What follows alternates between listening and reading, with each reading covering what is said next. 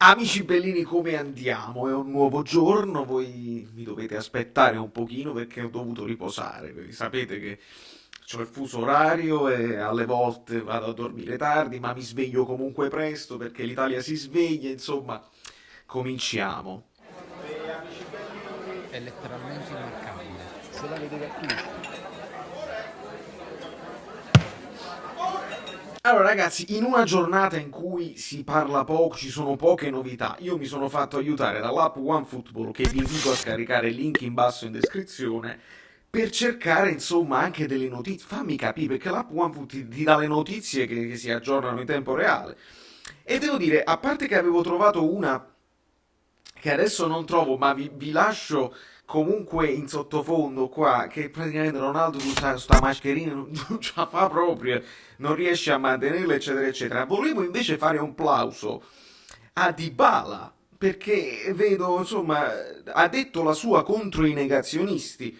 E quindi non è per me solamente una cosa contro un giocatore della Juve come Ronaldo.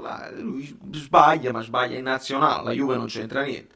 Invece Dybala, che dice che i negazionisti sono come i terrapiattisti, apprezzo tantissimo perché è una cosa che ho detto anche io in privato, in altri canali. Noi qua cerchiamo di parlare solo di calcio, anche se, anche se ultimamente si parla più di giurisprudenza che altro. Non voglio più toccare l'argomento, l'abbiamo detto quello così, dobbiamo aspettare nuovi, come si dice, nuovi sviluppi per poter riaffrontare l'argomento, il nuovo ricorso, oppure escono delle prove. Adesso si sta parlando di che il Napoli rischia il deferimento, la Corte federale praticamente ci mandano in Serie C, ci annullano l'esistenza, tutta una serie di cose, di illazioni, che però devono essere suffragate da prove, perché le cose che questi hanno detto è che noi abbiamo praticamente abbiamo corrotto l'ASL per farci per obbligarla a non farci andare. Entriamo veramente in certe cose che l'ASL può denunciare a sua volta Sandulli e compagni, e pare che lo vogliano pure fare, quindi veramente entriamo in discorsi che sono più grandi del fatto stesso e del calcio in generale.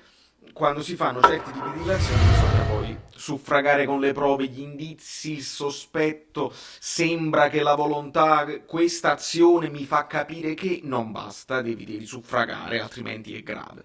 Comunque noi chiudiamo questo discorso qua, ne riparleremo ovviamente, ma io sono stufo e mi sono permesso di invitare l'amico Neschio, l'amica Asia. Neschio sapete interista, Asia milanista, dopodiché ci raggiungeranno il Viola canadese ovviamente per la Fiorentina, Otis tifoso atalantino e probabilmente un altro paio di ospiti. Ho chiesto a Colpo Gobbo, ho chiesto ad Asso e vedremo un pochino se ci raggiungeranno domani sera, che sarà venerdì alle 10:30. Faremo una live dove si parlerà di campo, di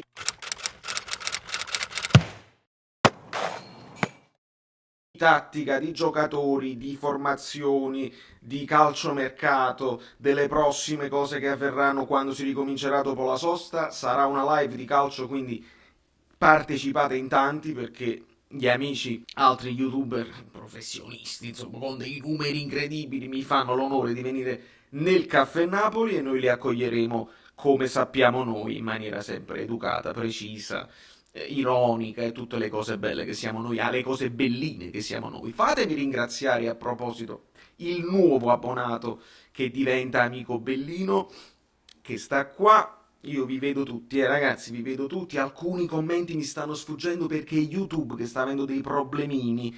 Ci sono alcune cose, alcuni messaggi che spariscono, ogni tanto non riesco. Stanno secondo me riaggiornando un pochino il sistema, quindi dobbiamo avere pazienza. Però voi fatemi sempre sapere quando fate qualcosa per supportare il canale, che io poi vi ringrazio in un video successivo perché lo meritate. Iscrivetevi al canale Telegram che trovate in basso in descrizione e vediamo se ci riusciamo a vendere Milik, perché qua si parla addirittura che non solo Milik ma anche Maximovic, anche Yusai, che l'Inter si vuole pigliare a tutti quanti, perché noi abbiamo parlato un pochino di c'era questa favola di Eriksen, no? Lo scambio Eriksen a Napoli, Milik là, perché noi, sai, non siamo convinti, non erano convinti di Mertens sotto punta, che stava ritirando un po' il fiato, non avevamo a disposizione Zielinski ed Elmas, ed ecco, subito, Eriksen non gioca, come notizia diamolo al Napoli, invece adesso si parla di Manchester United, di Bayern Monaco, si parla di tutti i top club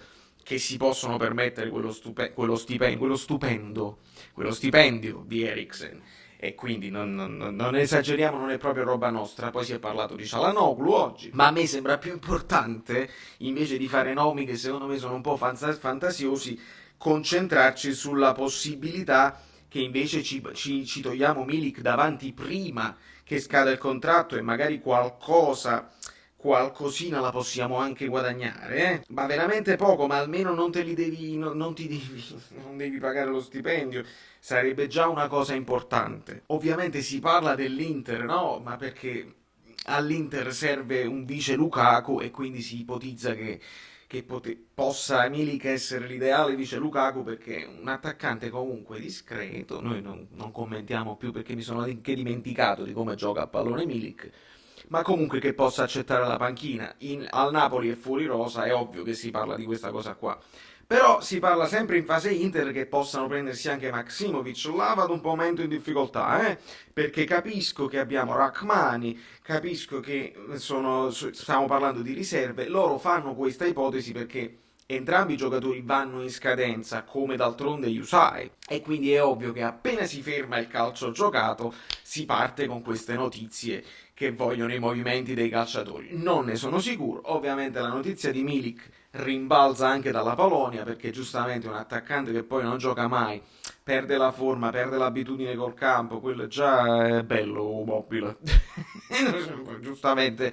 E quindi loro dicono ma è un po' difficile la situazione, secondo me se ne andrà già a gennaio e quindi rimbalza la notizia. Noi dobbiamo sperarlo, così ci togliamo una cosa da mezzo, ci dobbiamo togliere anche Llorente da mezzo e mi sembra evidente nel frattempo Eto'o esalta Osimhen e questo pure ci piace, ci fa piacere saperlo, perché ragazzi Eto'o, quindi se lo coccolano le persone, i giocatori che hanno giocato a pallone e che hanno vinto poi tutto, Samuel Eto'o, uno dei migliori giocatori africani e calciatori africani della storia, ex giocatore dell'Inter, non si è risparmiato per elogiare il talento di Osimhen. In un video su Twitter elenca le caratteristiche dell'attaccante nigeriano, il quale, secondo l'ex Blaugrana, potrà trarre beneficio dal carattere e dalla guida di Rino Gattuso, può aiutarlo a diventare ciò che tutti gli africani sperano che possa diventare. Giocatore talentuoso, ha tutto per avere successo. La felicità, eccetera, eccetera, le parole, è molto veloce, ha grande tecnica, oltre a essere meticoloso nel gioco sotto porta. Questa dobbiamo ancora vedere, la meticolosità. Al momento mi sembra un po' frenetico, però va bene. Il filmato è stato condiviso anche dallo stesso Osimhen che giustamente ringrazia Eto'o per le parole. Insomma, noi ce lo dobbiamo coccolare ragazzi perché la verità è questa e domani ne parleremo in live. Se il Milan ha Ibra, se l'Inter ha Lukaku, se la Juventus ha Ronaldo, se non ci fosse Ronaldo c'hanno Dybala, c'hanno... Cioè, sto parlando prima di tutto di prime punte, no? Di punta così, Morata, diciamo Morata, comunque Morata. Se l'Atalanta ha Zapata, anche Muriel, se la Lazio ha Immobile e anche Caicedo.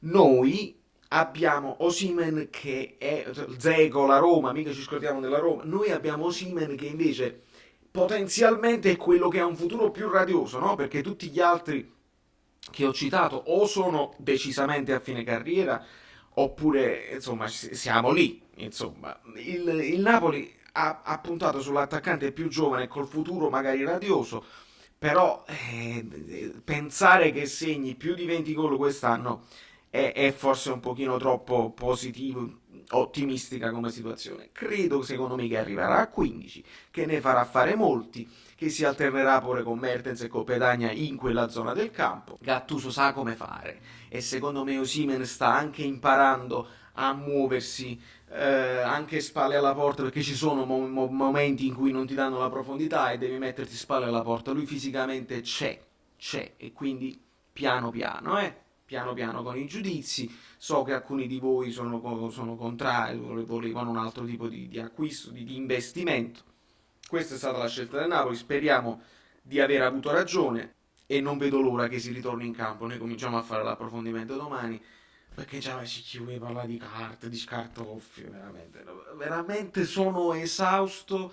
Mi hanno invitato anche in un'altra trasmissione, Non vado perché lo so che là vanno a parare di nuovo.